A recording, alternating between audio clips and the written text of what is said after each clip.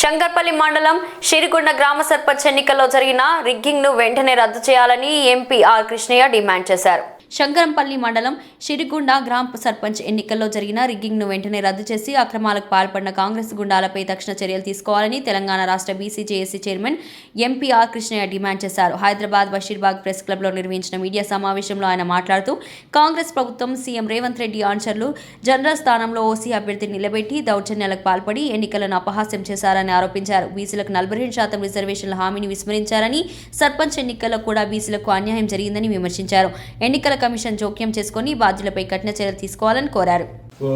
వ్యూహం ప్రకారం కుట్రపూరితంగా బీసీల నాయకత్వాన్ని దెబ్బతీసినటువంటి పన్నాగాలు పన్నుతుంది. ఎందుకంటే మొదట బీసీ గెలవడానికి బీసీలను పావుగా వదులుకున్నారు, ఓటు బ్యాంక్గా వదులుకున్నారు. 42 అని చెప్పి ఎన్నో రోజులుగా మేము 50% వాళ్ళని పోరాటం చేస్తే బీసీలో బలమైన ఉద్యమం ఉంది, దీన్ని మలుచుకోవాలని మేము 42 ఇస్తామంటే బీసీలో ఆశపడ్డారు. ఇది బడ్జెట్ లేదు, ఖర్చు లేదు, ఇచ్చేదే కదా అని. కానీ కాంగ్రెస్ ప్రభుత్వం గద్దెనెక్కిన తెల్లారి నుంచే బీసీల యొక్క స్థానాల మీద, బీసీల నాయకత్వం మీద కుట్రలు ప్రారంభించింది. ఎంబడి ఎన్నికలు పెట్టాలని చూస్తే వార్నింగ్ ఇచ్చాం, ఖబర్దార్ ఎట్లా ఎన్నికలు పెడతాం, 42% తోటి ఎన్నికలకు పోవాలని వార్నింగ్ ఇచ్చాం, ధర్నాలు చేసాం, మీటింగ్లు పెట్టాం, అందరినీ కలిసి చెప్పాం. చివరకు గత్యంతరం లేక అసెంబ్లీలో బిల్లు పెట్టి, క్యాబినెట్లో మీటింగ్ పెట్టి 42% పెంచుకుంటూ చట్టం చేశారు, జీవో తీశారు. ఈ జీవోను రెడ్డి జాగృతి వాళ్ళు హైకోర్టులో సుప్రీంకోర్టులో సవాల్ చేస్తే అక్కడ ప్రభుత్వం పేలవంగా ఓ నామక వాస్తే వాదనలు వినిపించింది తప్ప బలమైన అడ్వకేట్లను పెట్టి కేసు గెలిపించాలనే ప్రయత్నం గట్టిగా చేయలేదు. అంతేకాదు కోర్టులో కూడా పేలవంగానే వాదనలు జరిగినాయి. అది అట్లుండగా ప్రభుత్వం సిగ్గు ఎగ్గు లేకుండా ఏమన్నది, మేము సర్పంచ్ ఎన్నికలు జరుపుకోవడానికి మాకు అనుమతి. అదే కోర్టులో కేసు నడుస్తుంది, దాని ఫైనల్ రిజల్ట్ రాకముందే మేము ఎన్నికలకు పోతామని చెప్పి తొందరపడి పర్మిషన్ తీసుకొని ఎన్నికలకు పోయింది. ఆ సందర్భంగా మేము పెద్ద ఎత్తున బీసీ బంధులు జరిపి నిరసన నిర్వహించడం జరిగింది. ఆ తర్వాత ప్రభుత్వం సిగ్గు ఎగ్గు లేకుండా 42 స్థానాల నుంచి 22కు తగ్గించారు. ఆచరణలో 17% తగ్గించారు అమలు చేసేటప్పుడు. చాలా జిల్లాల్లో 3 జిల్లాలలో ఒక్కడు కూడా బీసీ లేడు. ఏది భద్రాచలం జిల్లాలో ఒక్క స్థానం కూడా బీసీలో కేటాయించలేదు. మేడ్చల్ జిల్లాలో కూడా ఒక్క బీసీ స్థానం లేదు.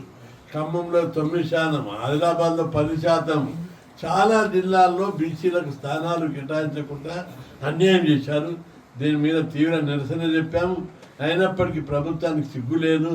మంత్రులు, బీసీలు, నాయకులందరూ, కాంగ్రెస్ పార్టీ ఉన్న బీసీ నాయకులు, బయట ఉన్న బీసీ నాయకులు అందరూ తమ వైఖరిని మార్చుకొని 42% కావాలని పట్టుబట్టినా కూడా ప్రభుత్వం వినిపించుకోకుండా చేశారు.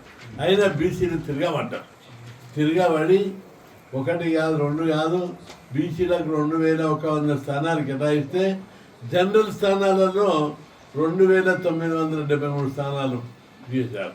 అంటే మొత్తం సర్పంచులు ఏది నోటిఫైడ్ గిరిజనులకు కేటాయించినటువంటి ఓంగా మిగతా వాటిలో వాళ్ళ రిజర్వేషన్లు లెక్కిస్తే రిజర్వేషన్ స్థానాలు 2100, జనరల్ స్థానాల్లో 2900, మొత్తం దాదాపు 5200 స్థానాలు బీసీలకు దక్కింది. ఇది చాలా రికార్డు స్థాయి. ఇది ప్రభుత్వం మీద చెంపదెబ్బ చెల్లు అనిపించారు. సిగ్గుదప్పుడు కూడా మాకు రిజర్వేషన్ స్థానాలు ఇవ్వకపోతే జనరల్ స్థానాలు గెలిచి చూపెడతామని చెప్పి బీసీలు సవాల్గా తీసుకొని గెలిపించారు. అది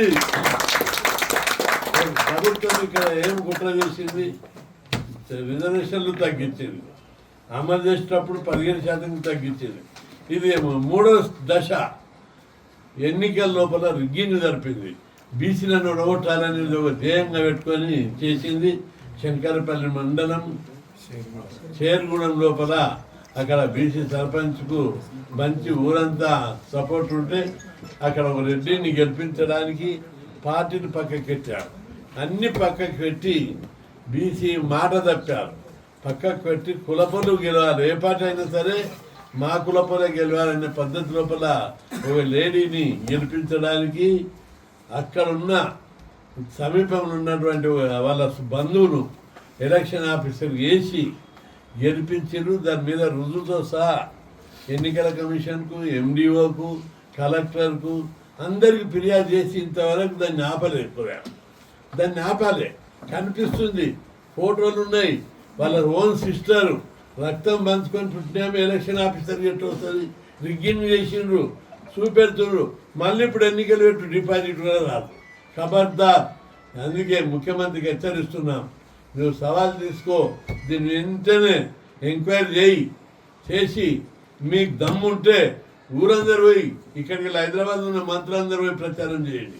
ఎట్లయినా పైసలు పంచుతున్నారు కదా, మరి అందరిని ఇప్పటికే సంఘాలను నోరు ఓపిస్తున్నారు, పార్టీలను నోరు ఓపించి బీసీల గొంతు కోయడానికి సిద్ధమవుతున్నారు. ఖబర్దార్ హెచ్చరిస్తున్నాం, మీరు వెంటనే ఆ ఎన్నికలు రద్దు చేయాలి. ఇంకా రద్దు చేసి వెంటనే ఎన్నికలు ఒక ఊరికి జరిపితే ఇది ఒక ఎగ్జాంపుల్ మాత్రమే. చాలా ఊళ్ళాలు ఇట్లా చేశారు. ఆ లెక్కలు తీస్తే మీరు ఎవరు కూడా ఊళ్ళాలు ఉండలేరు. కాబట్టి వెంటనే ప్రభుత్వం స్పందించి షేర్గూడెం ఎన్నికలు రద్దు చేసి ఎన్నికలు మళ్ళా జరపాలని చెప్పి నేను డిమాండ్ చేస్తున్నా. అదేవిధంగా ప్రభుత్వం ఈ ఏదో మేము మెజార్టీ స్థానాలు గెలిచినాం, 6,700 స్థానాలు జనరల్ స్థానాలలో బీసీలను, ఇండిపెండెంట్గా వచ్చిన వాళ్ళను, ఏకగ్రీవంగా వచ్చిన వాళ్ళు అందరినీ కలుపుకొని మెజార్టీ స్థానాలు వచ్చినాయని వాపును బల్ప్ అనుకొని మేము వచ్చే ఎన్నికల్లో మళ్ళా ఇప్పుడు ఏది ఎంపీపీ జెడ్పీటీసీ ఎన్నికలను, ఎంపీటీసీ జెడ్పీటీసీ ఎన్నికల లోపల ఎంపీపీ జెడ్పీ కూడా రెండు అన్నీ కలిపి అనుకో, ఆ ఎన్నికల లోపల మళ్ళా ఎన్నికలకు పోతామని చెప్పి లీకేజ్ వార్తలు ఇస్తున్నారు ప్రభుత్వం.